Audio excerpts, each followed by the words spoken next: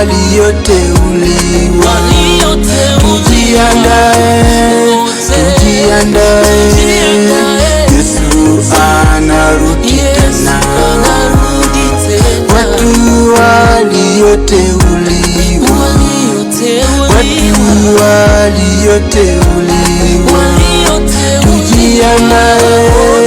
tujiandae, Yesu anarudi tena.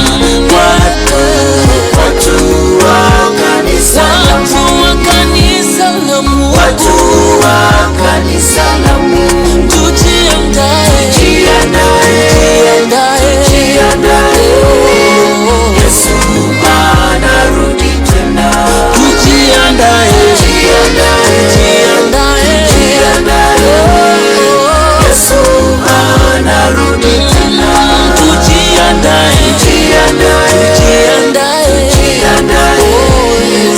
Yesu anarudi. Mwana wa Mungu anarudi tena. Yesu Simba wa Yuda anarudi tena. Atatupanguza machozi, tujiweke safi mbele zake. Basi wapendwa, nataka niwaambie kwamba Yesu anawapenda, na neno la Mungu linasema ya kwamba siku ya Yesu kurudi wala saa haijulikani. Kwa hivyo ni sisi tujiandae, tuweze kutubu dhambi, tuweze kuachana na mambo ya dunia. Mambo ya dunia hayatatupeleka mahali popote, lakini tukitubu dhambi, tukijiandaa, tutaenda kukaa pamoja na Yesu milele. Kwa hivyo ndugu yangu, tubu dhambi, wachana na dhambi. Wewe fuata njia ya msalaba, fuata Yesu Kristo, kwa maana Yesu amekaribia kurudi, na haijulikani siku ya kwamba Yesu anarudi ni siku gani. Kwa hivyo ni wewe kujiandaa, wewe ni kuachana na dhambi, wewe ni kuachana na mambo yote ya anasa ya dunia, kwa maana Yesu anarudi. Haleluya! Tujiandae kanisa, Yesu anarudi.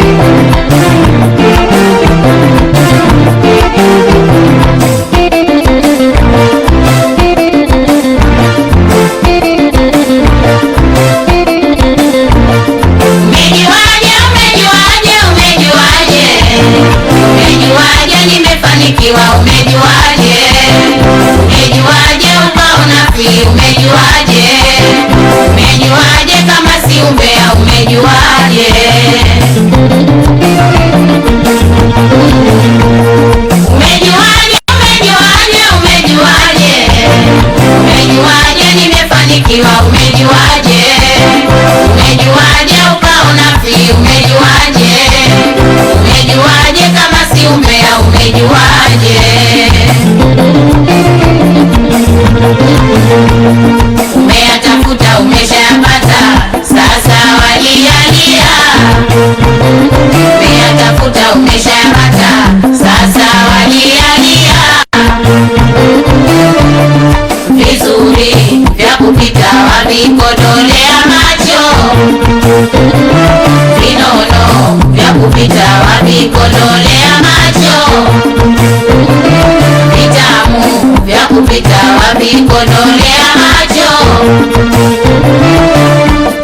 Kufuma tumefuma, kukosa umekosa. Kufuma tumefuma, kukosa umekosa.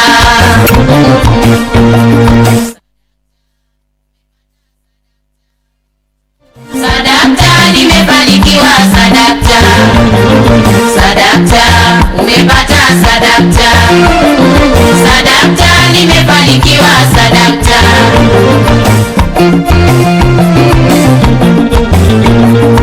Umesikika waamba, wewe bado unagomba, kipi kikusumbua cho jambo?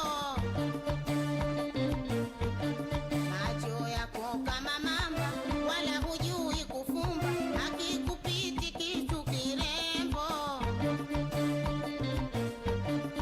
Umesikika waamba, wewe bado unagomba, kipi kikusumbua cho jambo?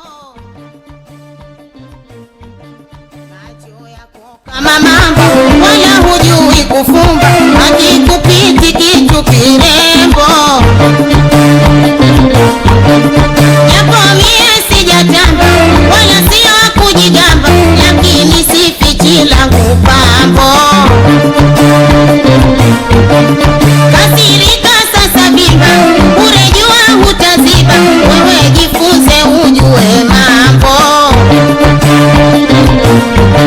Japo mie sijatamba, wala sio kujigamba, lakini sifichi langu pambo. Kasirika sasa bimba, urejua hutaziba, wewe jifunze ujue mambo. Endelea kunichimba, nenda kwa wachawi omba. Endelea kunichimba, nenda kwa wachawi omba. Jua Mungu hapigi kwa fimbo. Jua Mungu hapigi kwa fimbo. Adabu yako elewa,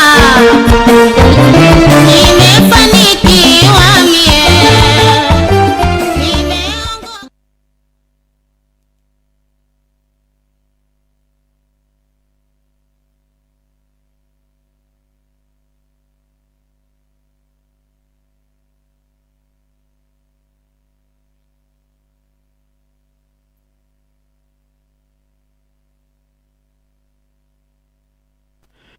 Safi balozi, hujambo siku ya leo? Karibu katika hasli yetu na John Ojembe ama OJ, ikiwa ni saa 5 kamili, unipe company mpaka saa 7.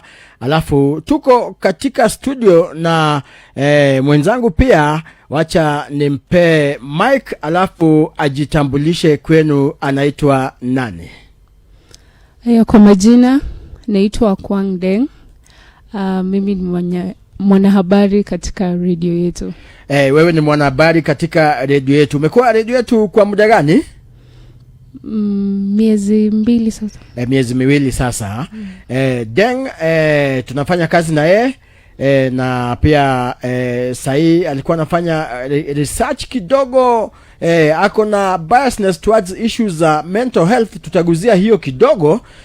Wacha tu nimlete alafu tuguzie hii swala ya mental health moja tu kwa moja, kwa sababu ni swala yenye inasumbua tu wa Kenya, East Africans na hata Afrika na dunia kwa jumla. Deng, wewe unaelewa aje mental health? Yani hii ugonjwa ya kiakili. You can just speak in either English or Swahili ama mix both, huh? Okay. So thank you. I did a research on mental health. Mental health has been a huge concern in Kenya. Ministry of Health says that 1 of 4 people experience mental health in their life. Mental health, I also engaged with a victim who has been undergoing mental health for almost 4 years. His remarks on that were it was very tough for him at times to even go outside.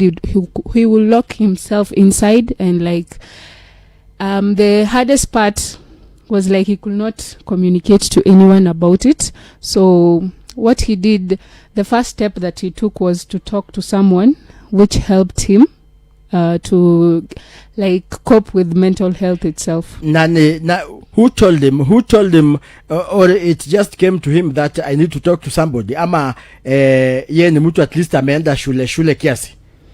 Ni mtu ameenda shule kiasi. And then like, okay, so something just told him to speak out. Yeah, let him speak out. Imagine just locking yourself in and not sharing with someone. Yes. It's gonna cost you. So he just saw that there are people who can help me out, so why don't I share? So then how did he start? He just shared with a friend first of all. He said, when you are depressed, like you're undergoing mental health, you will not feel great, like to talk to someone. You feel like you should not share. Yes. But he just saw like, let me tell my friend and like, let's see which option he might have for me. So when he shared with a friend and the friend said like, they're also like, just open up to someone, because we have like psychiatrists or guidance and counseling sections. It will help you a lot. Yes. Yeah. So that's how we started. The way you met this guy last week, how is he now?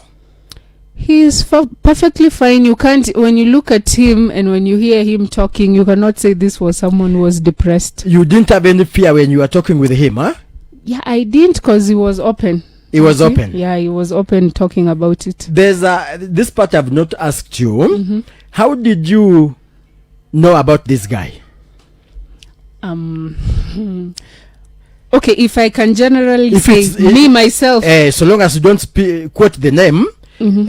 Usiseme eti anaitwa Swan. So si unajua sio? So unaweza sema ulimjua kivipi huyu? Okay, so how do I even say? He's a friend. He's a friend, and I've known him for a while now. Yes. And I know he's also a person who has been undergoing those issues. You see, I myself, you yourself, I know you've undergone even like some anxiety or a things lot, like even that. Now. So everyone is depressed in their own way. Even now. Yeah. Because the way you are saying, it is said, that let me just quote it, because you started by quoting data. Ile data ulisema ya kwanza ilisema aje? In every how many Kenyans? 1 or 4 people.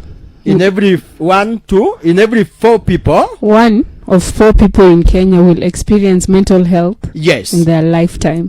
Na vile tunasema ni ukweli. It is estimated that outpatients, when you anaenda hospitali katika Kenya, 25% ya outpatients na up to 40% of inpatients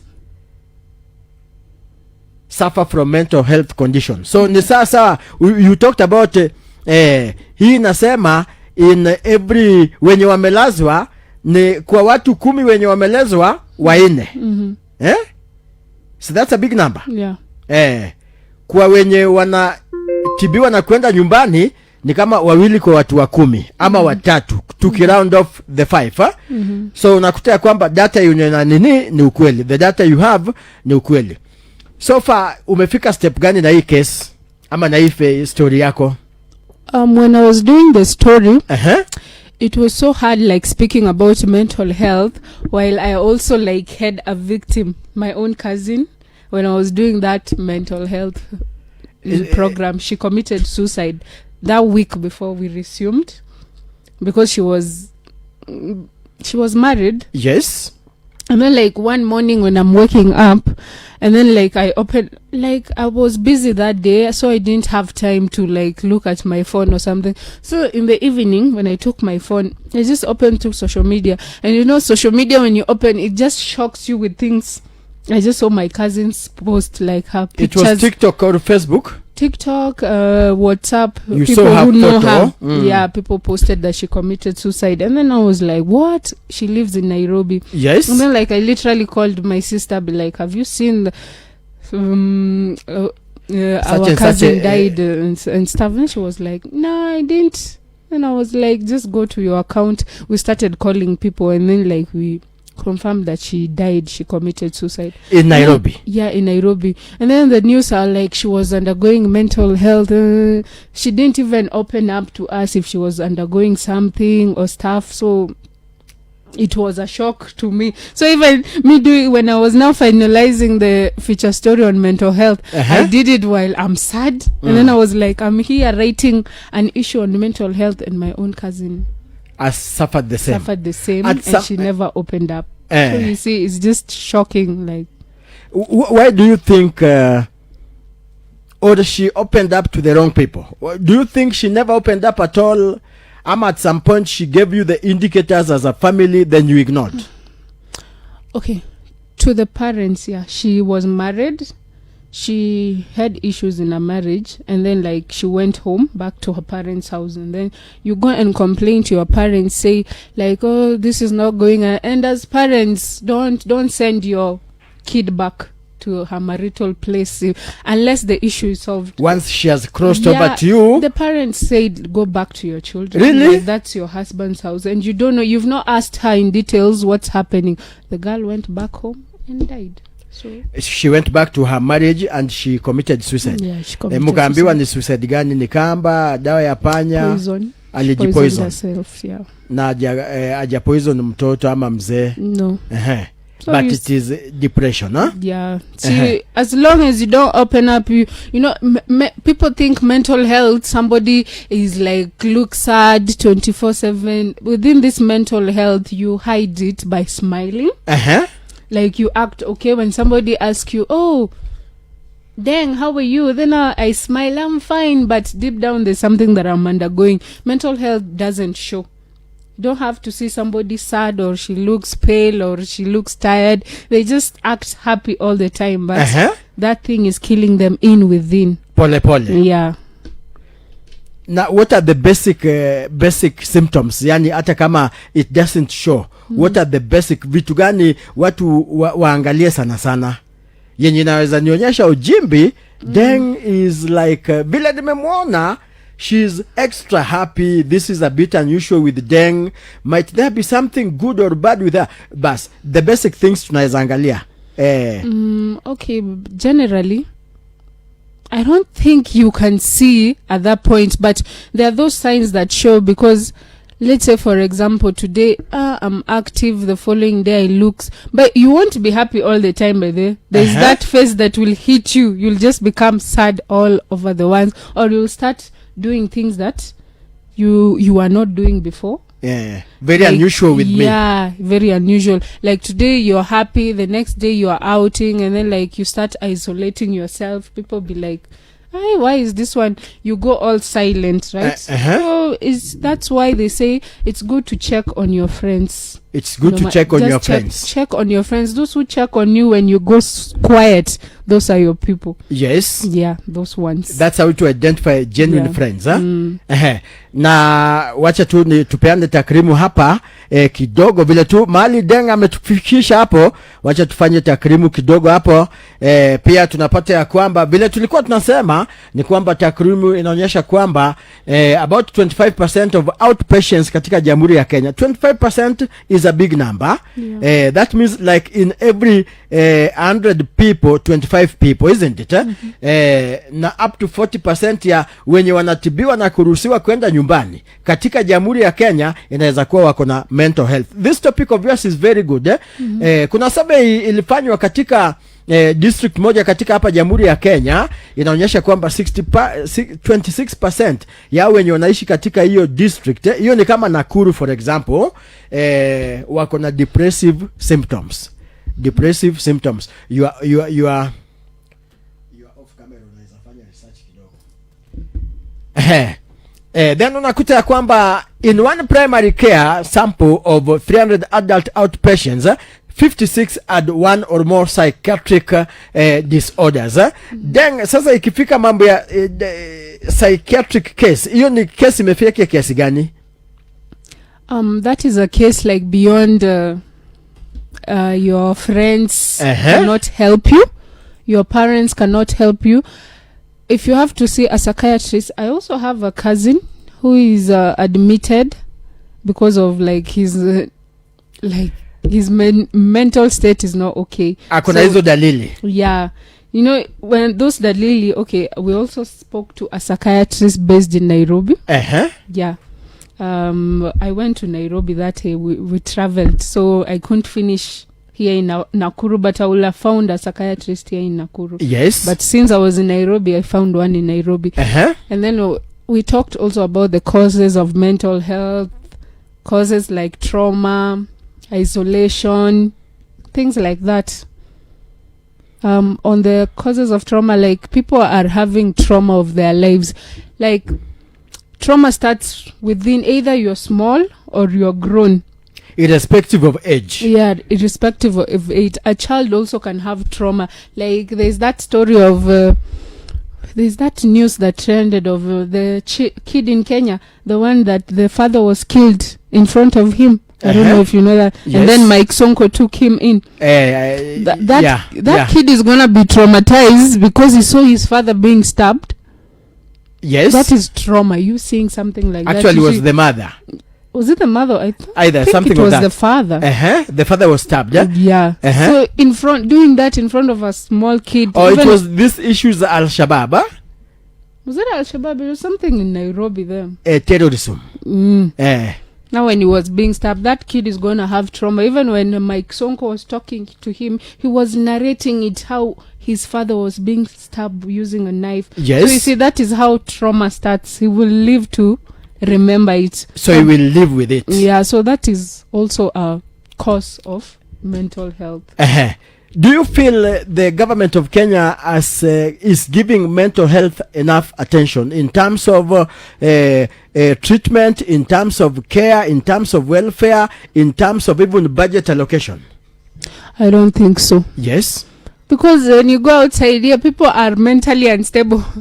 Because even government itself is the one causing people to have mental disorders. KVP. For example, this... were they the Mandamanos? Instead of having a peaceful demonstrations and stuff, they end up killing your family members who are just wanting to raise their voices to be heard, express themselves. Yeah, their family members were killed. That is also another mental state you have to deal with. Your family went out in the morning, they come back in a casket, right? So that's one way the government of Kenya is insensitive to listening. This. Yeah, they're not listening. They're doing things in ways that are even going to traumatize the citizens. I get your point, because for the first time, for you to go out to the streets to demonstrate, already there's an issue you are addressing that is giving you problems. And killing your loved ones, the government is now adding more problems to your problems. Yeah. So kuna vile government pia iko a bit insensitive on this, isn't it? Yeah. In terms of budget, do you feel or think in your research the government is doing enough to allocate enough resources to take care of mental ill cases? In terms of budget, how do I say? Do they allocate even? Yes, because wacha tuone takrimu. Kenya is among the 28% of World Health Organization member states without a separate budget for mental health. Kwani Kenya haina separate budget for yani wewe ukiingia tu hospitali kama hii kesi yenye ulikuwa unafuata hakuna separate budget to take care of you. Utatibiwa kama mgonjwa yeyote ile. So that means as you do your research, that's something that needs to come out. Kwamba budget kwa mental health cases hakuna ya kuto. Actually hakuna kabisa. Iko lumped tu hapo nda kwa magonjwa mengine. Na pia tunaambiwa kuna major shortage. Wacha nikutoe kwa kamera kidogo, tupeane takrimu hapa, alafu ninarudi kwako baada ya muda kidogo tu. Alafu napata kwamba major shortage of specialist workforce. So hata kwa mambo ya madaktari hapa, one study noted that only 54% psychiatrists for 43 million people. Imagine 54 psychiatric doctors for 43 million people. This also a big gap. Pia kuna issue ya underdiagnosis. Vile tu ulikuwa unaanza kusema eti ulipeana example na mimi, hata wewe Jimbi inaweza kuwa, si uliniuliza have you gone under any anxiety of late? Nikakwambia hata sasa. Nobody can deny this. So unakuta ya kwamba kuna underdiagnosis on mental issues. What's your take on that, underdiagnosis? Yani haipewi enough attention. Maybe nimeenda hospitali, nimeongea na daktari, wewe ni doctor sio? Ninakuongelesha na kuambia nilianza kusikia hivi, unani hata unitumi lab, hata unirefer kwa psychiatrist, unaniambia tu enda tumia hii dawa na hii come next week. Lakini chenye kinanisumbua ni shida ya kiaki. Hiyo ni underdiagnosis, a big problem. General health workers diagnose only 4% of mental illnesses in one study. So there's a big gap. Ebu tukuje Nakuru. Ebu hata kesi yako ilikuwa unafanya Nakuru, si kweli? Nakuru tunaambiwa vipi? Nakuru hapa issues za mental health. In Nakuru County during financial year 2021-2022 there were 6,000 new cases of mental health.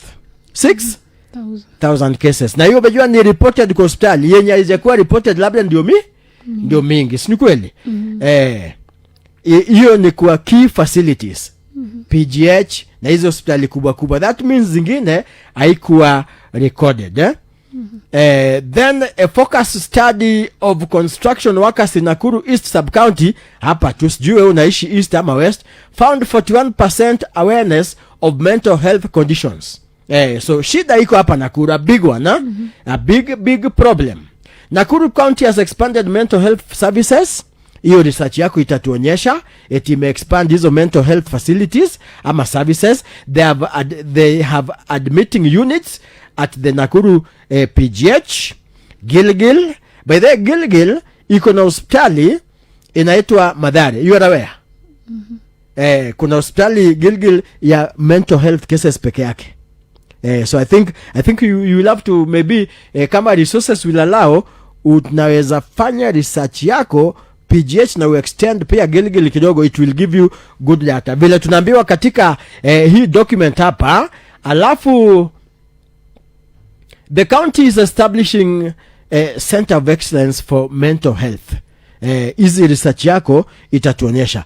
Generally, how was your experience kuhusu hii feature story ulikuwa develop? Generally, how was the experience? The experience about it was great. You learn new things. Even if I have a loved one and he's undergoing the same thing, since I've learned from people, heard from people about their mental health, I can also help them out before they go out of hand. And about mental health, okay, it doesn't mean that you have to be admitted directly to the hospital. Even when you are saying about the underdiagnosis and stuff, there are those like you can just talk to someone and stuff and try helping them to do something to help them out.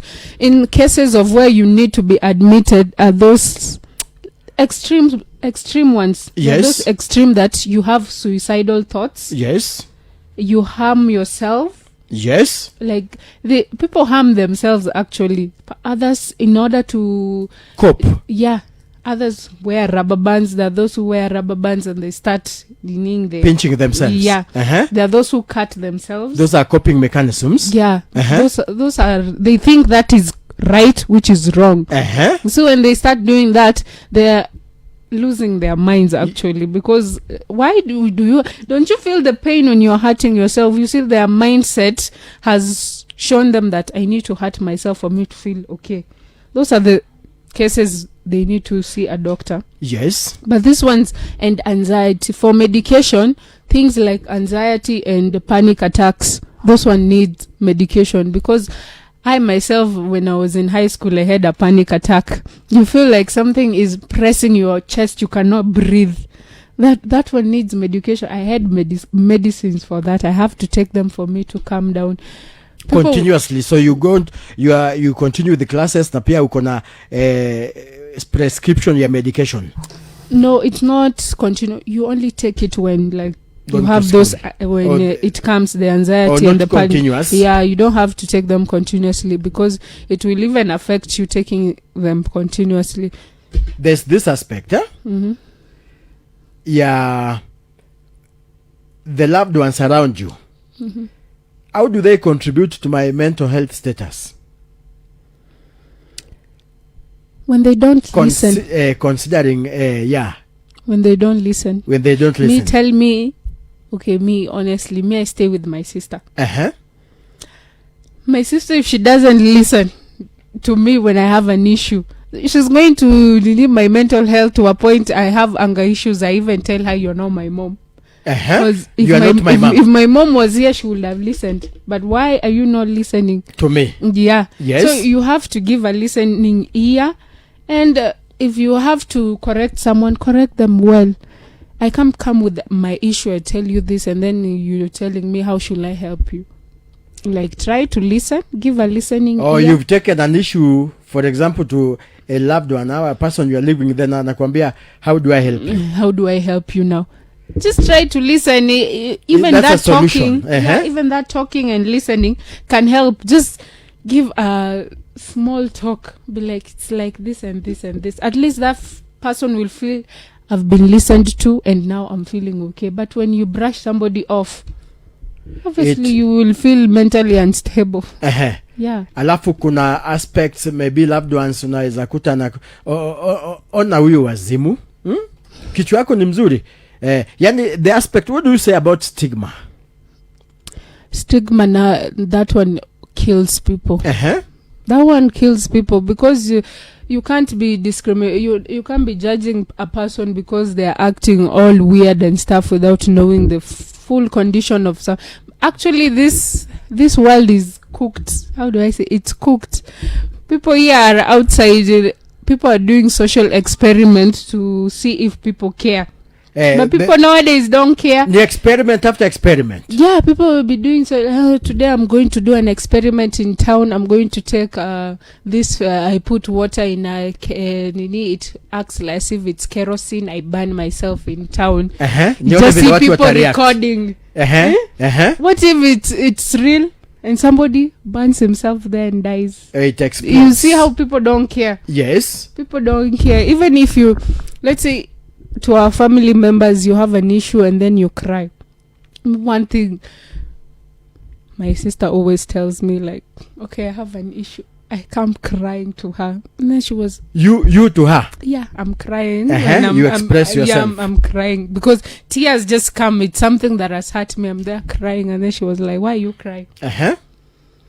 Why are you crying? Do you think somebody cares if you're crying? Just wipe those tears. Like, act like nothing is bothering you." Then I was like, this is how people die. This is you telling me to act like something is not bothering me. I should not cry. Then she was like, it's not like that. I'm just telling you, don't cry. Just wipe your tears. Act like, do you think this world cares outside there? At least me, I'm here seated, I'm listening. But don't cry. Just try to be brave, because at the end of the day, you're going to cry to people and people are not going to listen to you. That was powerful, sure. Yeah. So sometimes there's something you learned from that, isn't it? I don't. Just depend on yourself as much as you have people who you look. You know, at the end of the day, I can't say I'm going to do something alone. Yes. You need someone coming from the back, forth, and the front to take care of you. To check on you. Yeah, do this. You can do this. Like, I remember. I'm just somebody when you are living. Somebody just tells you, take care. Yeah, take care. Something like that. You know, take care. Even my sister herself, when I'm going to campus. She was like, "You're going to school now?" Then I was like, "Yeah." And then she was on the phone. Now she was she talking. Speaks to you. She was on the phone and she's speaking to me, and she was speaking to the husband on the phone. And then the husband heard that I'm going to school. The husband told me, "Tell her to take care." And then I was like, "Oh wow, thank you." My sister never does that. Then my sister was pissed the whole day. Oh, because of that. Because I was telling her that she doesn't tell me to take care when I'm going to school. No attention. The husband told me take care. Then I was like, wow, my sister never does that. My sister laughed, but she was angry at that. She was when hurt. I came back, from school, she was like, "Why did you say such a statement? Do I look as if I don't care?" And then I was like, facts must be said. Have you ever told me take care when I'm going to school? So you see, you have to even. Then she was like, "It's okay." And I was like, sometimes it matters. It matters. You don't know what might happen at me when I'm walking there. The road. So those people next to you, they should not contribute in a manner likely to contribute to the way they're handling you, be classified as stigma. An aspect of stigma that you might be leaving out vis-a-vis this case you're handling. This case you're handling, maybe are there some things unaona kama ili contribute to hii situation ya huyu jamaa kuwa hivyo in terms of people surrounding him, in terms of stigma, because this practically a case you are handling. Okay, this stigma starts everywhere, either in school, at home. It's just everywhere in these streets. Like you, even in school, teachers themselves can stigmatize a person. For example, in school, you're not doing well in a certain subject. Let's say people in high school doing physics and or computer or the rest. When you're not doing well, a teacher instead of telling you like work hard and stuff, a teacher even this is not your course. You can either choose and go to another class, because this one is not yours.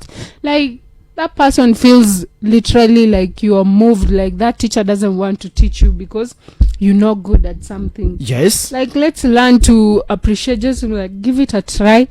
Come, if there's you need consultation, come, I'll consult, I'll help you. Not by chasing them, telling you even what are you doing in my class, just go to another one. I've realized what you're saying is very true, because teachers contribute a lot to issues of mental health issues, especially on young people. But I think even teachers themselves, they are having more problems than even the children they're handling. I think ministry should pay attention to teachers. Yeah, teachers have issues. That's why serious issues. As that we've been in boarding schools, when a teacher comes with the mood swings and stuff in class and then acts all weird than yesterday, students will sit down and be like, hey, do male teachers have mood swings? Male teachers? Yeah, they do. Male teachers? They do. Wanaume? They do. Na inaonekanaga these teachers, either you're male, you're female, when you come to class, you just say, hey, first when it's male, you hear students saying, Kwani, did he fight with the husband yesterday night? Why is he acting like this? That's the statement. Students, they start from there. And if it's a lady, people will be like, is she on her days? Why is she moody? They notice such things, and those are the comments they will move at the end of the day. So these things, there's a way in which they affect these people around you. In this context, the students or the pupils. Lakini mwalimu pia kuna statement anaweza make ihatu mtoto, sio? So walimu pia hapo warekebishe. In terms of age, ama in terms of gender, which gender are more affected with issues mental health? Basically, I will say, according to your understanding, wanaume sisi ama warembo nyinyi? Me, honestly, me being a lady, I will say men. Men, we are more because you people, we have more cases. Yeah, you have more cases, because men are the type of people who will be like, they will isolate themselves because they don't want people to see they are undergoing something, because they have that narrative that as a man I should be strong. Yes. Yeah. So you see, they're the ones undergoing that. Why, if it's for a lady, she will show. She will break down. She will loosen up. But it's for men, they'll be like, I'm a man. Nobody should see that I'm depressed or what. They will act all okay, but they're not. Na mimi. Na by that time the female had expressed herself, hata ni kama jambo, cry, she will look as if she is almost dying. Na hii ni kitu yenye hata wewe huko unataka hata neighbor ajue. Yeye ashafanya nini? Ashalia. Shaila kwa mama huko asema mimi baba nani? They will share, but for a man they will sit among themselves there, act all cool, laugh, but they are undergoing something, because your narrative kwa akili yao wako lazima ni kuwa strong. Deep down something is burning. And in terms of occupation, you've interacted with people of various professions. We have just talked about teachers. Which professions do you think, like maybe 3 professions, that people working there are more prone to mental health issues, according to vile umefanya analysis yako as a young journalist? Basically, I will say teachers. those working Teachers, why do you think that? Na teachers tu si ako na mshahara. Ako na mahali ametoka na ako na kazi. Why teachers? Why do you think? Is it something related to workload? Workload. The school I was. This one is like from my high school. Like that school was full of a lot of work. Yani expectations are high. Very high expectations, and then like from I'm telling you, I was in a toxic school. Toxic. Very toxic. That's the name you've given it. Teachers are toxic. Positive toxicity ama negative. Toxic. Poison. Teachers are toxic. Students are toxic themselves. And then we have a harsh director. She's a lecturer at Kabianga. She's called Dr. Fanis. A very that woman, they're in charge. She can just straighten the entire school, but when she's gone, things just go haywire. Immediately she leaves. People are very those students, even parents themselves are just weird. Toxic. When you're told your child has done this, come to school and stuff, instead of finding an issue to help, you're there. What did you come to school to deal with such a thing? Like, and it's something serious, but the parent doesn't see. The parent is in denial. Yeah. Teachers themselves are depressed because even dealing with such a student, the director needs feedback. It was mixed school or girl. It was a group of schools, but now girls section. I was on the girls section. Classes you mix up, huh? No. Girls was just girls on their own. Group of schools, it contains the ECD, the primary on the other side. Then now high school was girls only. Alone. Yeah. So I was on the girls section. So it's just weird for a teacher. A student comes to you with a certain help. Some students are undergoing health issues. It was so hard for them to bear. And at the end of the day, indisciplined girls, at the end of the day, the director needs a report on the table.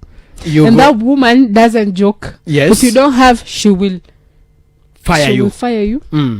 Even she will talk to you like in a manner like you'll be in front of. She doesn't hide you. That one that you take someone and like. How often did she used to come to school? Yeah, she used to come, unless on days that she's busy. Okay. And then if you see her, take a U-turn. Go in another direction. You should not meet with her because you've quoted the teaching. Which other profession? How can I? Students. Is it not a profession also being a student? We have these ones that work in mortuaries. You know, those people are depressed. The morticians. Yeah. They are really depressed. You every day seeing, they say the heavy caskets are for children. You a child being brought to you dead. People who had accidents. That's the quote. Trauma. The heaviest caskets to carry are for kids. Are for kids, Yeah. And that's a fact. Yeah. So those people are really, they are traumatized. Just cleaning those people. How many people do you bring to the mortuary every day? So you see, they live with that picture every day. So I can say they undergo mental state every day. Okay. So yeah. That is in terms of which age bracket? Wanaume, umesema wanaume, we are more affected. Ladies, because you vent out so much, you are better. Which age bracket? But definitely when you are middle age, isn't it? Yeah. Then what's the way forward in terms of this issue of mental health? Way forward. Way forward, just maybe if you are sitting here with the Department of Health of Nakuru ama the Wizara ya Afya ya Kenya, ungewashauri nini kuhusu hii swala nzima ya ugonjwa wa kiakili? First of all, people should just open up. These people find organizations that and make it known. There's an organization that will help you out when you're undergoing such a thing. For example, we have Befrienders Kenya. Befrienders Kenya. Yeah, that helps with the mental health. They should place it in reachable places. You don't have to go far, and they shouldn't charge people that much, because people who are who cannot afford, even themselves can find it hard to go, because they were like, they'll charge me much, so I'm gonna stay. So they should find organization like guidance and counseling places. They should be placed where people can reach them. That will help people a lot. Yes. Instead of dealing with their own issues. So support network, huh? Yeah. Welfare issues for mental health workers, and you are saying men, we speak out. Wanaume wenye mnatutazama, speak out. Deng is telling men to speak out, teachers to tone down, kwa sababu kazi ni stressful. That's your parting shot, eh? Yeah. Thank you very much. Tulikuwa na Deng, one of us mwenye anafanya kuna story anatufuatilia siku yenye meisha. We shall air it live. Thank you very much. We take a break. When we come back, tutakuwa tunakuja na mkondo mwingine. Labda your parting shot, the last one, huh? The last one, because naona bado kuna maneno hujamaliza. Ya mwisho. No, about mental health thing. It's okay to be mentally not okay, but open out. People are here to listen. Open out. You don't have to undergo it alone. Yes. So that's it. Open up, huh? Yeah. Thank you very much. Balozi, usicheze mbali kwa sababu bado nimekuandalia mambo chungu nzima. Nikirudi tutakuwa tunaguzia mahusiano kati ya Kenya na Uganda. Tribute kidogo kwa Betty Bayo. Betty Bayo, huyu musician mwenye ameaga dunia hivi majuzi. Naona tu kumbe this lady was in the heart of Kenyans. So tutakuwa tunapeana tribute pia kidogo kwa Betty Bayo, alafu na mambo mengine. So coming back, I shall have Bosire on board ili tuzidi tuchanganue tu mambo chungu nzima. So Deng is going out. When we come back, nitakuwa na Bosire. Bosire atatuambia jina lingine ni gani. Deng, what's your full name? Akwang Deng. Akwang Deng. Have a nice time. Have a great day. Keep it 89.2 FM. Thank you.